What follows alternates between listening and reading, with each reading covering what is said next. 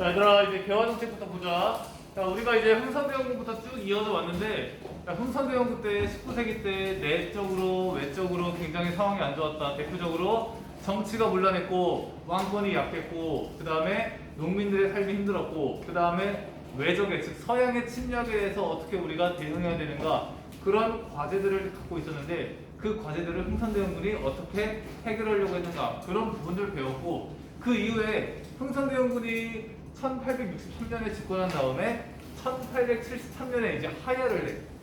그 하야한 이후로부터는 이제 흥선대원군의 세국 정책이 아니라 이제 개화 정책, 문을 여는 정책이 시작이 되는데, 그 개화 정책을 여기서 우리가 배워봤다는 거야. 그래서 그 전에 이제 우리가 미국의 통상개화론, 그리고 강화도적 이런 내용들을 배웠고, 그리고 이번 시간에 배울 내용이 바로 이제 개화 정책에서 사절단 파견 등등의 내용을 배워볼 거야. 그런데 그 전에 선생님이 이제 수업한 것 중에 내용을 수정해야 될 부분이 있어서 한번 수정을 해줄게. 우선 어떤 거냐면, 우리 흥선대원군 배울 때 병인양요와 심리양요 이런 걸 배웠잖아. 그치? 기억나? 이런 거 배웠을 때 선생님이 나올 수 있는 방향은 두 가지 방향이라고 얘기했어. 첫 번째, 이런 사건들 자체가 나올 수 있어. 이 전쟁과 관련된 설명으로 옳은 것은, 그리고 이 전쟁을 알려주는 힌트로서 뭐 문수산성, 한성근 이런 게 주어지는 거야. 답은 뭐야? 뭐 외교장관 도세 역할, 뭐 이런 이런 문제의 유형이 나올 수 있다고. 두 번째는 뭐냐면, 이런 사건들의 순서를 물어보는 문제가 나올 수 있는데, 선생님이 순서도 알려주지. 어떤 순서로 보통 왜 알아야 된다 이런 거 알려줬니 안 알려줬니? 자, 안 알려줘서 다행인데 지금 잘 들은데, 자, 맨 처음에 발생한 사건은 뭐냐면 병인박해야. 병인박해. 똑같은 1866년이지만 병인박해가 먼저 발생하고, 두 번째가 제너럴 셔먼 사건이야. 제너럴 셔먼 사건. 이게 한 7월쯤 될 거야. 7월쯤. 정확히 모르겠어. 어쨌든 두 번째야. 그 다음 세 번째가 병인양요야. 이게 9월쯤 될 것 같아. 그 다음 네 번째 당연히 연도가 지나가는 1868년 오페레트 도굴 사건이 네 번째고, 다섯 번째가 1871년의 심리양요. 그래서 그 순서대로 우리가 알아보면 좋을 것 같아. 그래서 오페레트 도굴 사건 68년 거 빼면 병인박해, 그지? 제너럴 셔먼 사건, 병인양요, 심리양요, 이거 외울 때 어떻게 외우면 되겠어? 병재, 병신. 오케이? 병재, 병신으로 외우면 돼. 순서를. 이해되지? 아니면 그 중간에 오 하나 끼려면 병재 안 되네? 그냥 병재, 병신으로 외워. 외우기도 좋을 거야. 병재, 병신으로 외우려고. 명제 생식해가지고 명제 병신. 그렇게 하면 될 것 같아. 자, 그래서 다시 오늘 해야 되는 여기부터 보자. 자, 우리가 이제 살면서 예를 들면 고등학교 때 가장 이루고 싶은 목표는 뭐가 있을까? 너네들이 고등학교 3년 다니면서 어떤 걸 이루고 싶어? 성인 만나보기. 아, 고등학교 때 성인 만나보기? 근데 너는 그럴 수가 없더라고요. 왜? 차원의 성인이 없잖아요. 그치, 왜? 20살 되면 다 어디 가니까? 서울 가니까. 그러면서 멋있는 남자들 만나면 솔직 같은데 가요. 아니 뭐 솔직히 뭐 사랑의 나이가 중요하겠니? 중요하던데. 중요하던데? 그래서 차이 아래로 10살까지 괜찮아요. 아, 진짜? 원래는 위아래로 20까지. 37세네 이게? 아니. 뭐 어쨌든 간에 이제 뭐 사랑의 나이는 없다고 생각하지만, 뭐 너희들의 꿈을 꼭 이루길 바라고. 또 성인 만나기 목표구나. 또 뭐가 있어 너네? 공부 잘하고 싶진 않니? 네. 그런 목표는 없어? 네. 만약에 공부를 잘하고 싶으면 어떻게 해야 돼? 열심히 해야죠, 열심히. 열심히 하는 건 당연한데, 공부 잘하는 사람이 하루하루 어떻게 살아가는지를 관찰하는 것도 엄청난 도움이 돼. 그렇지 않을까? 만약에 내가 축구를 잘하고 싶어. 어떻게 하면 되겠니? 손흥민 가야죠. 우리 예찬이 축구 어떻게 하는지 계속 관찰하면 이제 축구를 잘할 수 있어. 한계가 없죠. 그래요. 뭐 사람이 누구나 한계가 있긴 하지. 어쨌든 간에 이 사람이 무언가를 관찰하는 것도 굉장히 중요한 거야. 그래서 이제 여러 가지 이제 직장인들이나 뭐 교사들도 그렇고, 특히 이제 교감이나 교장 될 때 그 사람들이 하는 것 중 하나가 뭐냐면 해외 학습이야. 어떻게 보면 해외 학습. 해외에 가서 다른 나라 학교, 다른 나라 교육 환경은 어떤지도 한번 체험하고 오는 것도 다 그런 이제 맥락이라는 거지. 그런 것처럼 우리나라도 개화 정책, 이제 우리가 서구의 문물을 받아들이면서 발전할 거야. 발전하는 게 목표야. 어떻게 발전할 거냐? 발전된 나라들을 구경하고 오는 거야. 그래서 우리가 각 나라에 사절단을 파견한다. 사절단. 근데 이 사절단 할 때 우리가 알아야 되는 방향성은 뭐냐면, 우리가 사절단은 각 국가에 보냈지만 각 국가에 보낸 사절단의 이름이 달라. 그 이름이랑 국가를 매칭시켜야 된다는 거야. 첫 번째, 일본은 뭐 어렵지 않아. 수신사 혹은 조사시찰단이라고도 불러. 다 일본이야. 그래서 뭐 수신사 같은 경우에는 조약 맺은 다음에 일본에 파견한 사람들인데 이렇게 있고, 그 다음에 우리가 청나라에 파견한 사절단을 영선사라고 부른다. 영선사. 청나라에 갔더니 무기 공장이 많네. 그거 보고 와서 우리나라에서 근대식 무기를 만드는 군수 공장을 설립한 거야. 그 공장의 이름이 기기창이라는 거. 오케이? 기기창. 게임하는구나. 아니야? 네, 좋은 거예요. 아니라고? 아니, 어? 아, 그래? 아니었구나. 자, 그다음 보빙사. 이 보빙사 같은 경우에는 미국에 보낸 사절단을 보빙사라고 한다. 오케이? 그 정도 알아두면 될 것 같아. 그 다음에 제도개혁 같은 걸 보면 우리나라에서 군사 부분을 총괄하는 부서는 어디야? 우리나라 부서 중에 국방부잖아, 그치? 이런 것처럼 이때 당시에 개화 정책을 총괄했던 기구가 통리기무화문이라는 거예요. 6글자. 이거 은근히 발음도 어렵고 여기도 어려워서 만약에 통리기무화문을 이제 답으로 하는 걸 내잖아. 제대로 쓰는 사람 그렇게 많지 않아. 통리기무화문 어려워, 그치? 그 다음에 그 밑에 12개의 부서 12사가 있었다. 그래서 이 통리기무화문을 중심으로 우리가 개화 정책을 추진해 나갔고, 그 다음에 밑에 보면 이제 군제 개편이 있는데 5군형에서 2형으로 바뀌었대. 원래 조선시대 초기 중기까지만 해도 5개의 큰 부대, 요거를 중심으로 이제 부대가 운영이 되었단 말이야. 그 중에 하나가 우리가 배웠던 훈련도감인 거야. 훈련도감. 뭐 훈련도감, 어영청, 뭐 총용청 등등 있는데 그 5개에서 2개로 바뀌는 거야. 개편되는 거야. 2개로. 그리고 신식군대가 만들어진다. 자, 신식군대가 있으면 또 어떤 군대가 있을까? 구식군대가 있겠지? 자, 구식군대는 뭐 하는 사람들이야? 그렇지. 칼로 챙챙하고 창으로 북북. 그리고 이제 활로 평 쏘고. 이게 보통 구식군대의 표본이지. 근데 신식군대는 뭐야? 그렇지. 탕탕탕이 아니라 딱 이렇게 기관총처럼 이렇게 연사가 되는 그런 총들을 썼겠지. 물론 대부분은 단총 썼겠지만 어쨌든 이게 신식군대가 만들어진다. 신식군대를 별기군이라고 불렀고 원래 별기군의 본명은 교련병대라고 했대. 어쨌든 똑같은 거고. 자, 이렇게 구식군대, 신식군대가 나뉘었네. 나뉘니까 정부는 구식군대와 신식군대 중에 어디를 좀 더 잘해줬을까? 당연히 신식군대 잘해줬겠지. 당연히라는 말도 참 웃겨. 같은 국가를 지키는 군인인데, 그치? 그래서 구식군대들이 이제 빡쳐갖고 일으킨 게 나중에 이모군란이 되는 거야. 이모군란. 뭐 요즘도 뭐 항상 시간이 지남에 따라서 부가 생기고 신이 생기잖아. 그치? 아니면 뭐가 있을까? 교육으로 따지면 영재 교육이 있고 일반 교육이 있고 뭐 이런 식으로 있잖아. 그랬을 때 군대도 이제 새로 지어진 데가 있고 아닌 데가 있고. 지금도 이런 게 생겼을 때 어디를 조금 더 우선적으로 좀 잘해주려고 하냐? 그치? 약간 그런 경향이 없진 않지, 현실적으로 보면. 그랬을 때 그게 과연 맞을까? 뭐 그런 것도 생각해보면 참 좋을 것 같아. 오케이. 그 다음에 여기 보면 근대시설도 만들어지는데 우선 신문사가 만들어져. 신문사.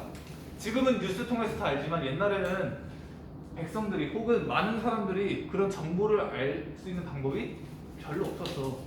조선시대에 많은 사대부들이 많진 않지만 그 소수의 사대부들이 다수의 백성들을 지배할 수 있었던 이유는 뭐야? 지식의 독점이야. 지식의 독점. 나만 알고 있으니까 내가 지배할 수 있는 거야. 성리학의 국가에서 성리학을 알려면 한자를 알아야 되고 공부를 할 수 있어야 돼. 근데 한자 공부를 할 수 있으려면 생활 여건이 돼야 돼. 즉 있는 집안만 할 수 있었다고.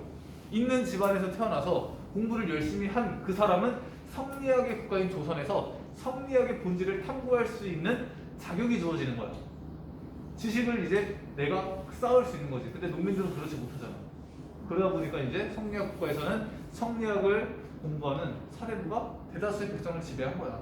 그러니까 그런 것처럼 정보라는 게 공개가 되냐 독점하느냐에 따라서 이게 사회 계층 차이에도 많은 영향을 미치는데, 이때 당시 신문이 이제 만들어지면서 이 신문을 통해서 많은 사람들한테 그나마 조금이나마 더 정보가 공개될 수 있었던 거지. 물론 뭐 이때 당시에 만들어졌던 83년도에 만들어졌던 최초의 우리나라 신문사, 여기 보면 방문국이라는 곳에서 만든 게 한성 순보야. 수는 열흘 순자야.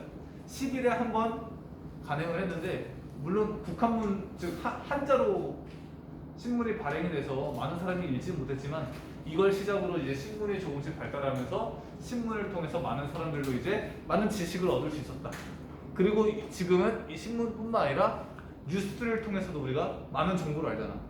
만약에 뉴스가 없다면 우리가 국가가 돌아가는 사실 같은 걸 알 수가 없잖아, 솔직히 다. 그치? 그나마 뉴스에서 보도되는 걸 통해서 아, 세상에 이런 일이 발생하고 있구나, 이걸 우리가 알 수 있는 거지. 그만큼 중요한 게 뭐야? 그 뉴스가 정말로 공정하고 깨끗하게 투명하게 언론 역할을 해야 된다는 거지. 그래서 이 언론의 역할도 굉장히 역사에서 중요하다고 할 수 있다.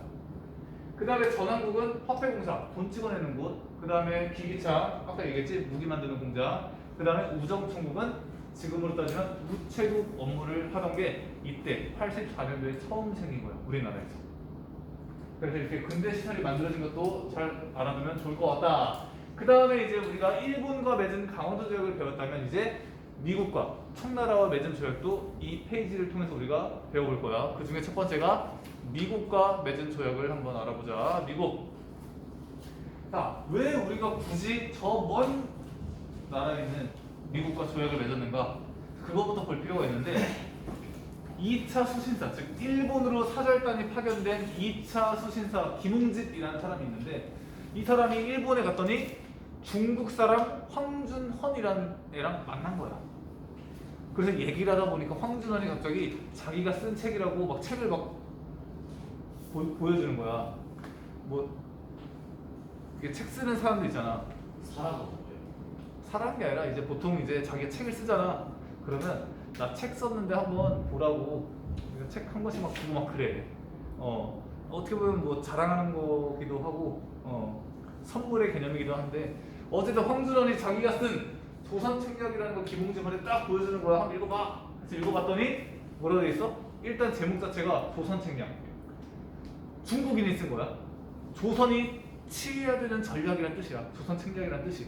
지금 위에서 저 거대한 러시아가 내려오고 있는데, 그 거대한 러시아의 남하를 어떻게 막을 거냐 이거야. 그때 조선은 어떻게 해야 될까? 이걸 쓴 거야. 어떻게 되냐? 핵심 키워드는 9글자야. 333. 친중국. 중국과 친하게 지내야 된다. 두 번째, 결일본. 일본과 결합해야 된다. 마지막, 연미국. 미국과 연합해야 된다.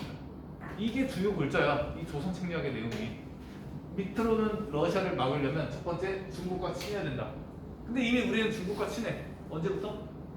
옛날부터. 우리가 군주로 모시고 있잖아. 얼마나 친해. 결일본. 일본과 결합했니? 조선은? 했지. 무슨 조약을 통해서? 강화도 조약 했잖아. 조약 맺었잖아. 근데 미국이라고 연합했니? 뭐 없어. 그럼 뭐 하자는 거야? 미국이랑? 조약 맺자 이거야. 이런 게 조선 안에서 주장이 되니까 이만손 등 영남 지역, 경상도 지역에 만 명의 사람들이, 유생들이 상소 운동을 벌이는 거야. 반대 운동을 벌인다고. 근데 고종이 그냥 조약 체결해. 그래서 체결이 된다. 내용은 최애국 대우, 치해법권. 다 불평등 요소지. 선생님이 저번 시간에 최애국 대우 설명했니? 최애국 대우.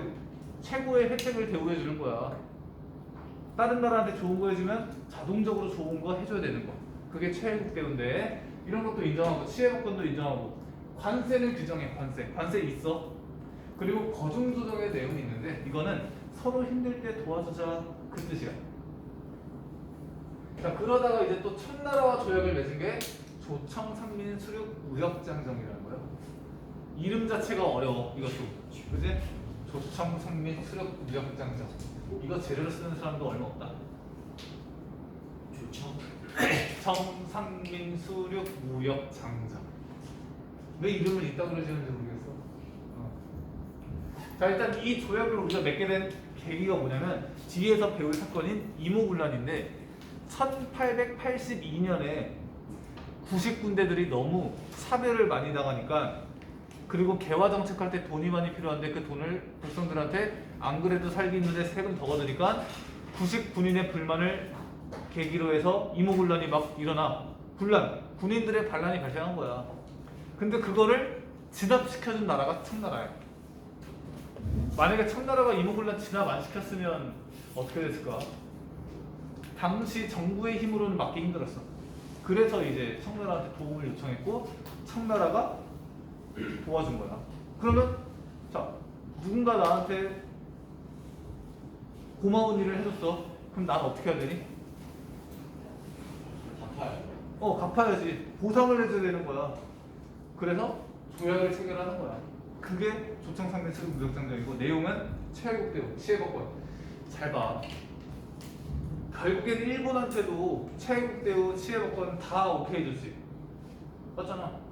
미국한테도, 청나라한테도. 이게 우리나라한테 안 좋은 건데 왜 이걸 다 허용하는 거야? 호구같이. 힘이 없으니까. 힘이 없으면 국제사회에서는 그냥 호구가 되는 거야. 호구가 되기 싫어도. 어떻게 보면 사회도 마찬가지야. 사회에 나가는데 내가 사회적인 힘이 없어. 사회적으로 호구 당하는 거야. 어떻게 보면. 뭐 100% 맞진 않겠지만. 조선은 청의 속국이다. 이걸 딱 명시해놔. 왜? 강화도 조약에서 뭐라 그랬어? 조선은 자주의 나라다 라고 일본이 해놨더니 청나라가 뭐라 그래? 웃기는 소리 하네 하면서 속국이야. 딱 명시해놓는다고. 명확하게 못 딱 박는 거야. 그 다음에 또 여기에 어떤 내용이 있냐면 내지 통상권 허용이라는 게 있어. 내지 통상권. 이거는 조금 알면 좋기도 한데,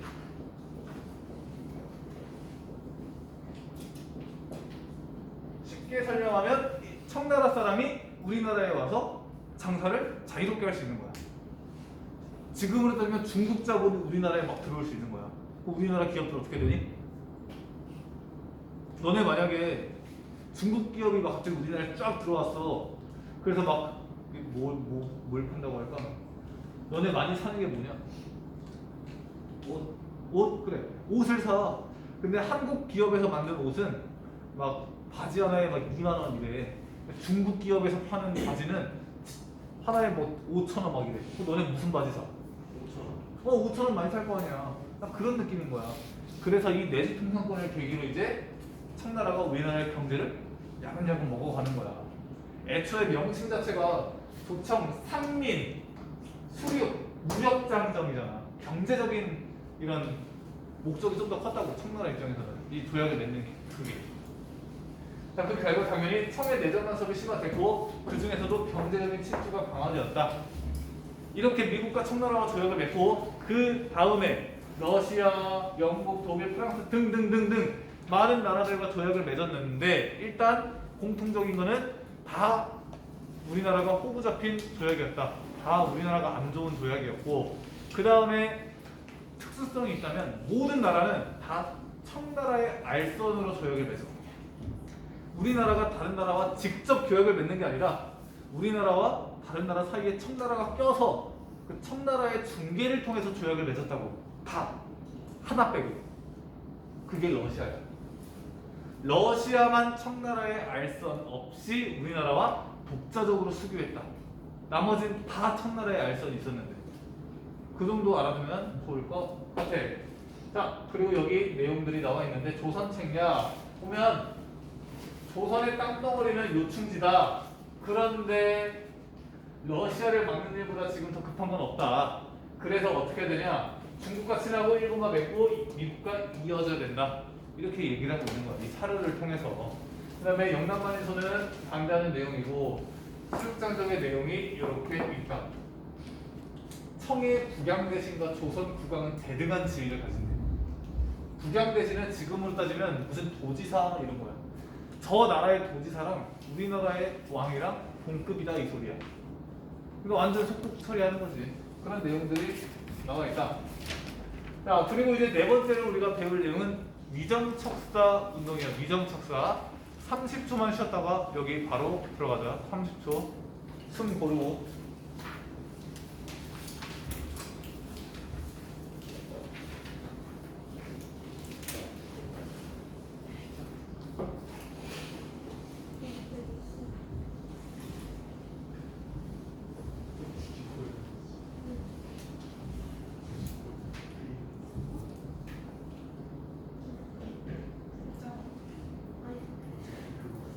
오늘 점심은 좀 어땠냐?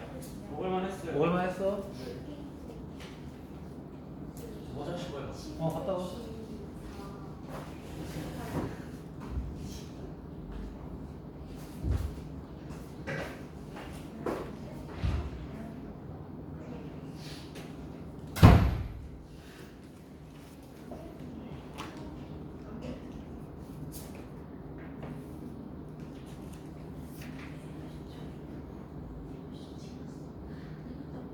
자, 얘들아 30초 지났대.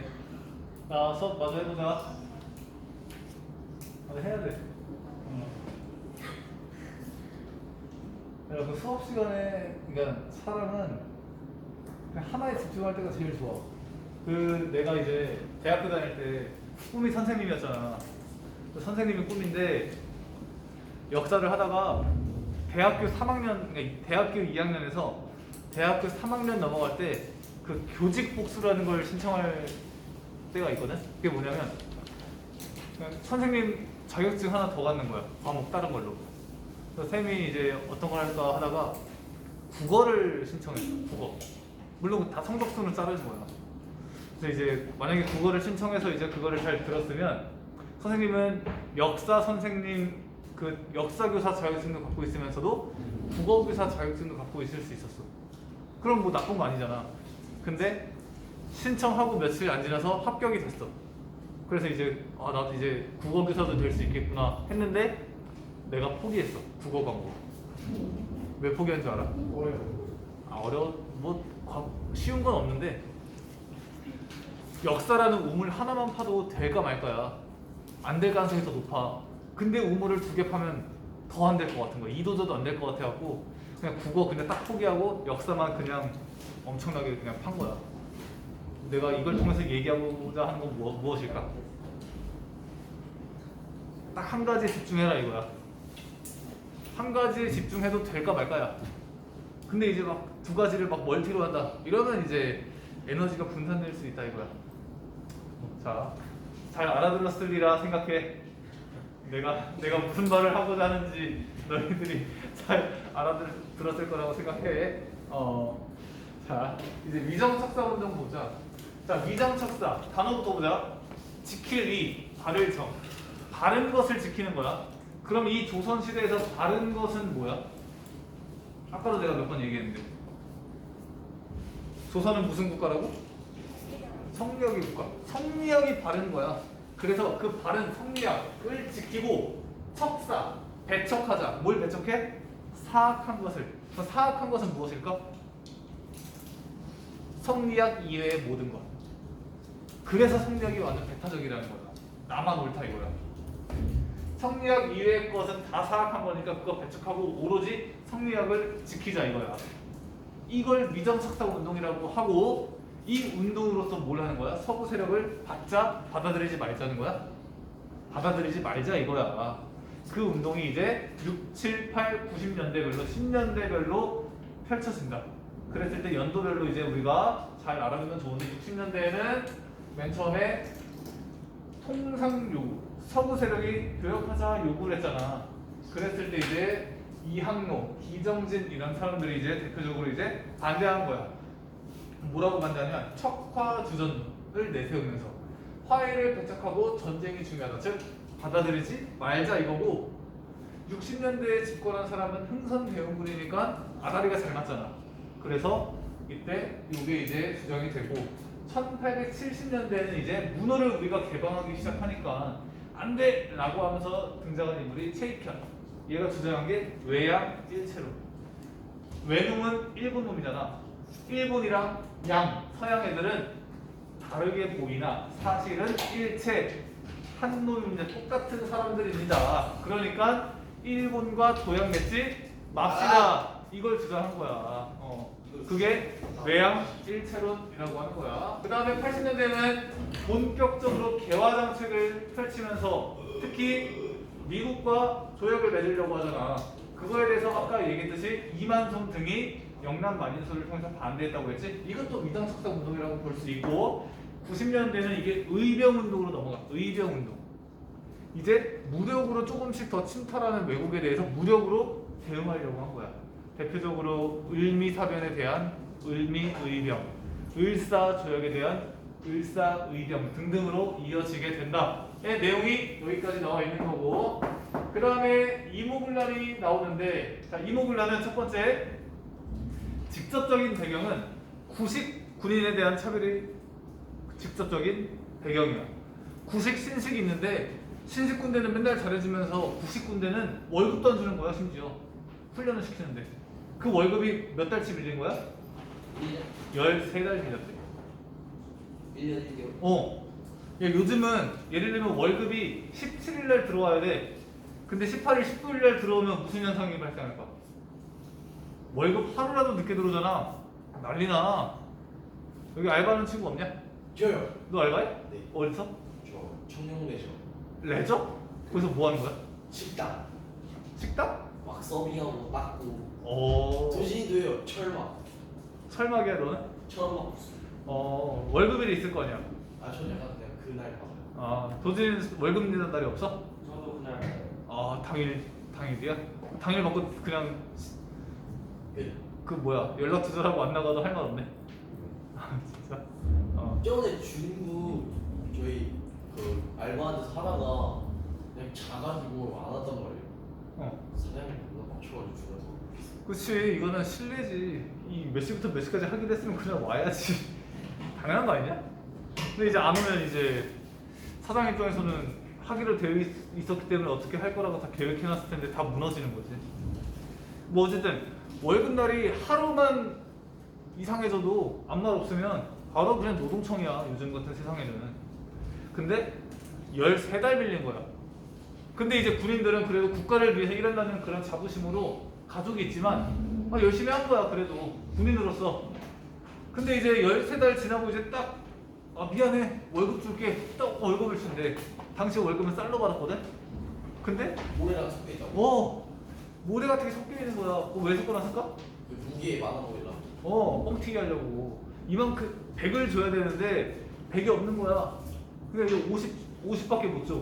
그리고 나머지 50은 있어 보이려고 모래 채우는 거야. 차라리 모래 안 쳐놨으면 적더라도 먹긴 할지.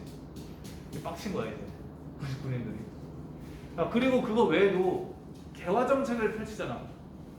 국가가 어떤 정책을 펼칠 때는 항상 돈이 필요해. 그러면 국가에서 필요한 돈은 누가 주니? 세금에서. 국민들이 세금으로 주잖아. 개화 정책이라는 새로운 정책을 더 대규모로 펼치다 보니까 세금이 더 많아지는 거야. 농민들은 안 그래도 살기 힘든데 세금을 더 걷어가니까 더 빡치는 거야. 그런데 그 개화 정책의 결과가 좋지도 않아. 이러니까 이제 이런 이모군란이 발생했을 때 많은 농민들도 같이 이제 협동해서 일으킨 거야. 그런 내용들이 있고, 그다음 쌀값 폭등도 굉장히 원인 중 하나겠지. 전개, 구식 군인들이 공기를 하고 백성들이 참여했다. 그래서 여기 보면 고관사례, 일본 공사관 습격. 그러면서 이제 명성황후를 이제 내쫓아. 명성황후 내쫓고 이제 흥선대원군을 다시 집권시키는 거야. 얘네들 입장에서는 개화 정책 싫어하는 거야. 흥선대원군이 딱 생각났겠지. 명성황후는 개화 정책을 하려고 하니까 쫓아낸 거야. 명성황후는 이런 군인들의 반란에 도망갔고. 그 도망가면서 뭐 한 거야? 청나라한테 헬프, 도와달라고. 그래서 청나라가 와서 진압이 돼. 그러면서 이모군란이 끝나. 아, 진짜요? 아, 진짜 화나겠다. 그러면 이모군란이 청나라 때문에 끝났지. 청나라가 도와줬잖아. 집권층 입장에서는. 그래서 집권층이 청나라한테 고마워서 뭐 했니? 아까 배운 거. 조약 맺었 조약. 그래서 그 조약의 배경이 이모군란이 되는 거야. 여기. 맞지? 자, 그 결과를 잡아야 돼. 결과 첫 번째. 청나라가 도와줬으니까 이제 엄청 이제 어깨 들쭉들쭉 하면서 이제 티 많이 내겠지? 그래서 내정 간섭이 더욱 심하대. 고문을 타게 한다. 고문. 이 고문을 통해서 뭔가 해야 돼. 마젠창, 멜렌도르프는 독일 사람인데 친청계 독일 사람이야. 오케이? 청나라한테 붙은 조창상민수급 무역장정이라는 조약도 체결하고. 그 다음에 뭐 청해 군대도 이제 상주. 외국 군대가 우리나라에 이제 딱 주둔하는 거야. 이거 엄청난 거야. 외국 군대가 우리나라 안에 있다? 우리나라가 그 나라 말 안 들으면 그 군대가 가만히 있을까? 엄청나게 위협이 되는 요소 중 하나가 적의 군대가 우리나라 안에 있는 거야. 이거를 허용한 거야. 그 다음에 일본과 맺은 조약은 재물포 조약이야. 이건 일본이야. 일본. 왜? 전개 도중에 우리나라가 일본 공사관을 습격했거든. 그래서 일본 공사관 많은 이제 건물들 같은 것도 막 고장나고 막 이런 거니까 배상금 지불해라 이거야. 그래서 일본과 맺은 조약이 재물포 조약이야. 우리나라가 배상금 지불하고 일본 공사관에 이제 경비병이 주둔하는 거야. 경비병. 비록 경비지만 뒤에 병이 붙잖아. 병사야, 병사. 청나라 일본 병사가 이제 우리나라에 주둔하기 시작한 거야. 이 임무훈련을 계기로. 오케이? 자, 그리고 이제 2년 뒤 1884년에 발생한 게 바로 갑신정변이라고 하는 거야. 지금 이 근대사 배울 때 연도를 잘 알아둬야 돼. 연도 82년, 84년, 80년, 뭐 76년 이런 거 다 이제 연도가 다 있어. 그런 거 연도 예를 들면 강화도 조약 가로 열고 1876 가로 닫고 보통 이렇게 돼 있을 거 아니야. 그런 걸 공부할 때 강화도 조약을 읽으면서 그 옆에 있는 숫자를 읽고 넘어가는 사람이 있고 안 읽고 넘어가는 사람이 있는데 그 몇 초 차이가 이제 엄청나게 이제 많은 결과를 바꿔줄 수가 있어. 역사는 암기 과목이 맞고 확실하게 그리고 연도를 알면 굉장히 편해. 어떤 사건이 어떤 연도에 발생했는지를 알면 선후관계를 알 수 있고 뭐 더 나아가면 인과관계까지 우리가 유추할 수 있기 때문에 그래서 잘 알아둘 수 있도록 하고 여기 갑신정변부터는 우리 다음 시간에 배워보자. 알겠지?